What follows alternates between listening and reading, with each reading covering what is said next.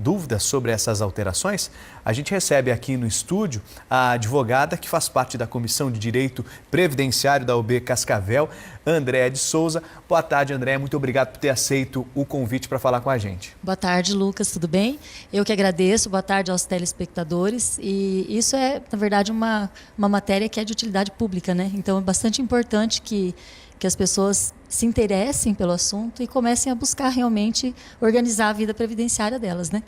E a gente já chamou a sua participação aqui e coloca novamente o nosso WhatsApp à sua disposição para você tirar algumas dúvidas. É só mandar a sua pergunta aqui para a gente pelo nosso WhatsApp que está aí na sua tela. Então, tem alguma dúvida com relação a esse assunto? Já a Andréa responde aqui para a gente. A primeira pergunta é com relação à idade mínima e tempo de contribuição. Teve alguma mudança? Como que fica agora? Então, na realidade, as pessoas que já têm os requisitos até 2019, ela pode aproveitar, mesmo que ela não tenha pedido a aposentadoria até 13/11/2019, que foi quando foi instituída essa emenda constitucional, né, que teve toda essa mudança, ela pode pedir, fazer o requerimento, mesmo que posteriormente, se ela já adquiriu o direito. Ah, mas eu não tinha ainda todo o tempo, faltava pouco, né? Ah, faltava pouco. Quanto faltava? Então, na verdade, nós temos 5 regras de transição. Antes da reforma era idade ou tempo de contribuição. Era simples, né?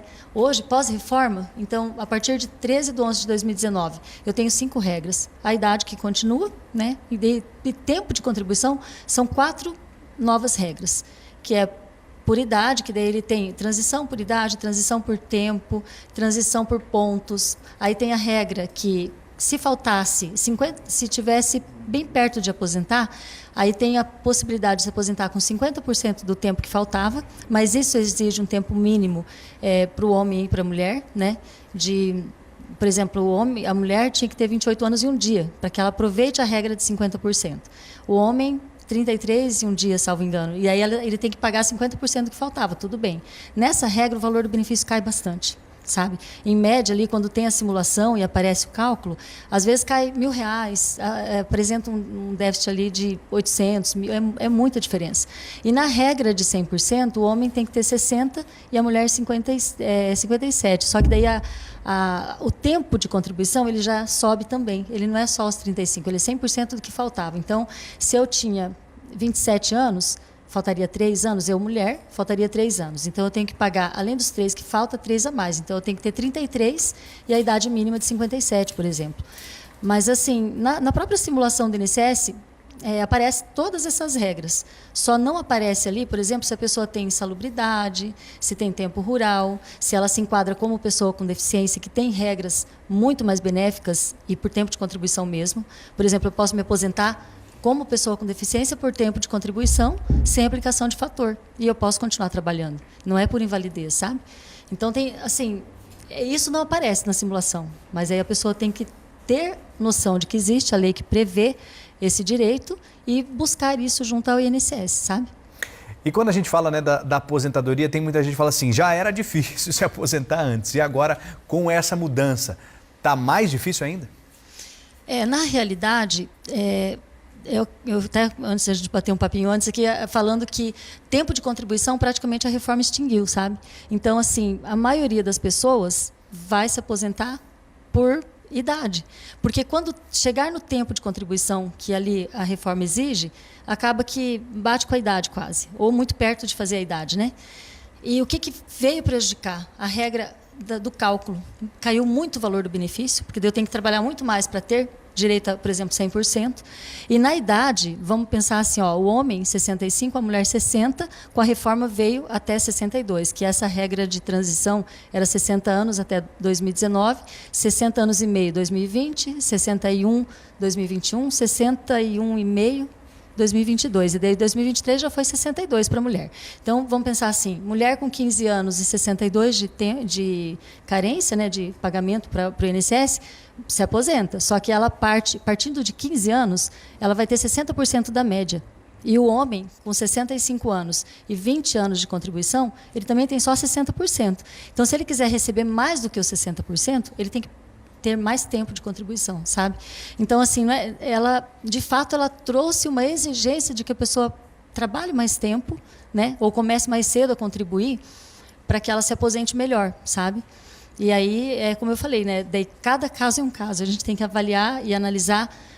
Cada um tem uma história, né? Então tem que ver caso a caso o que pode servir para melhorar essas regras. Tem muita coisa aí que a pessoa se aposentou e não utilizou, por exemplo, tempo especial ou tempo rural, ou mesmo a condição de pessoa com deficiência, e ela pode pedir uma revisão. Mas ela tem 10 anos para pedir isso, sabe? Então, assim, são muitos detalhes, né, a legislação nossa previdenciária.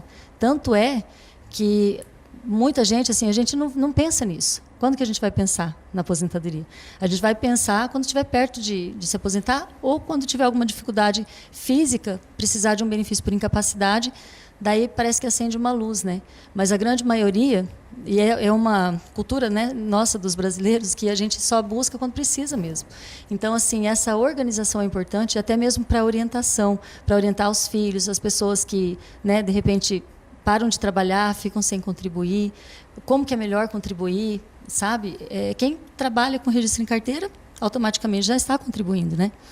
Mas esse cuidado e essa organização a pessoa precisa ter. Uhum. E a gente tem uma participação aqui, chegou para a gente mensagem, você que está acompanhando nosso Balanço Geral, a Rosicléia de Toledo diz o seguinte: boa tarde, gostaria de saber, com as novas regras de aposentadoria, se ainda conta o tempo de lavoura.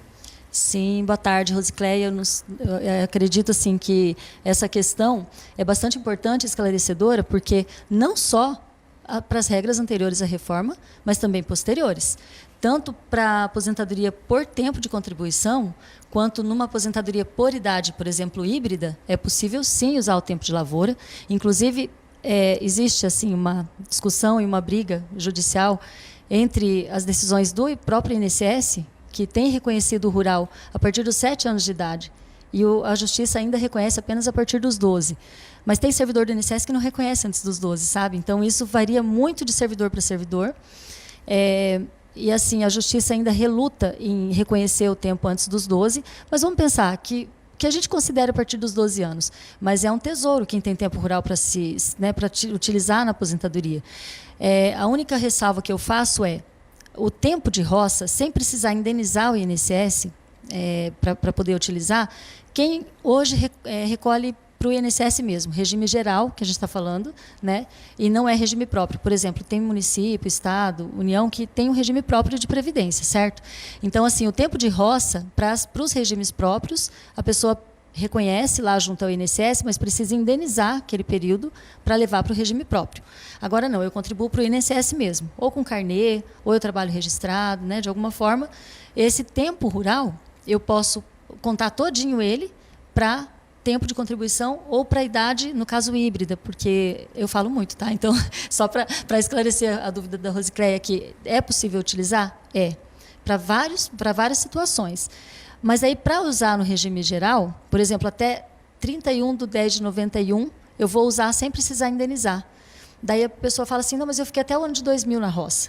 Aí pode usar? Pode. Só que esse tempo, para tempo de contribuição, eu preciso pagar aquele período para poder usar. Faltou 3 anos para mim, eu quero indenizar esse rural. Pode, sabe? Então, sobre a questão da idade que eu comentei, quando que eu uso? Por exemplo, eu trabalhei uma vida inteira na roça. Aí, nos últimos 3 anos, eu mudo para a cidade e trabalho com carteira assinada. Aí, a idade rural, para o homem é com 60 e para a mulher 55. E continua sendo. A gente tem até uma pergunta ainda relacionada, desculpa só te interromper, mas falando ainda sobre esse assunto. O Eloir diz o seguinte, meu esposo trabalha há 29 anos registrado na área rural, ele tem 61 de idade, tem direito à aposentadoria, sempre trabalhou na roça, mas sem registro, somente esses 29 anos aí de registro, diz a Eloir, que participa com a gente aqui no nosso Balanço Geral, tem tudo a ver com esse assunto que você trazia aqui pra gente. Bem pertinente, bem importante mesmo. E olha, Eloir praticamente está aposentado, porque, na verdade, assim, esses só 29 anos não são só 29 anos, é muito tempo. Porque até o primeiro vínculo que ele teve com essa anotação em carteira, que ele trabalhou na roça, ele conta tudo para tempo de contribuição.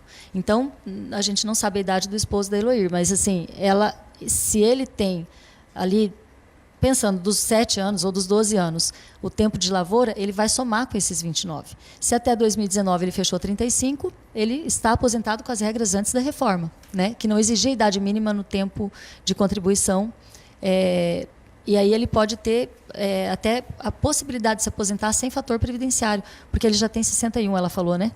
Então, ele consegue, sim, utilizar o tempo rural e pode ser que até tenha tido labor insalubre, né, nesse trabalho rural dele, às vezes trabalhando com veneno, defensivos, enfim, que pode ser que ainda aumente um pouquinho. Mas ainda que não aumente, pelo pouco que ela falou, se ele tem 61 de idade e 29, vamos pensar que com 30 que ele passou a ser registrado.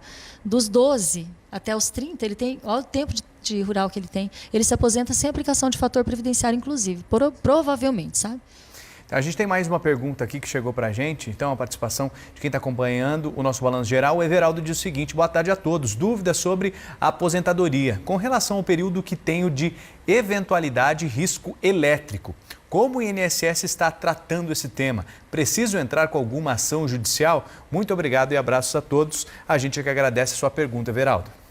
Boa tarde, Everaldo. Também pertinente a pergunta. Essa situação dele, na parte de eletricidade, até, não vou saber precisar se é 97, a eletricidade era reconhecido pela própria atividade da categoria de eletricista, 40% a mais no tempo que ele tem. Então, tenho 10 anos, eu tenho 14 na realidade, né? Porque daí somos 40% a mais. Até 13/11/2019, inclusive, quem trabalhou o tempo todo como especial tem a possibilidade de se aposentar com lá os 25 anos de labor especial.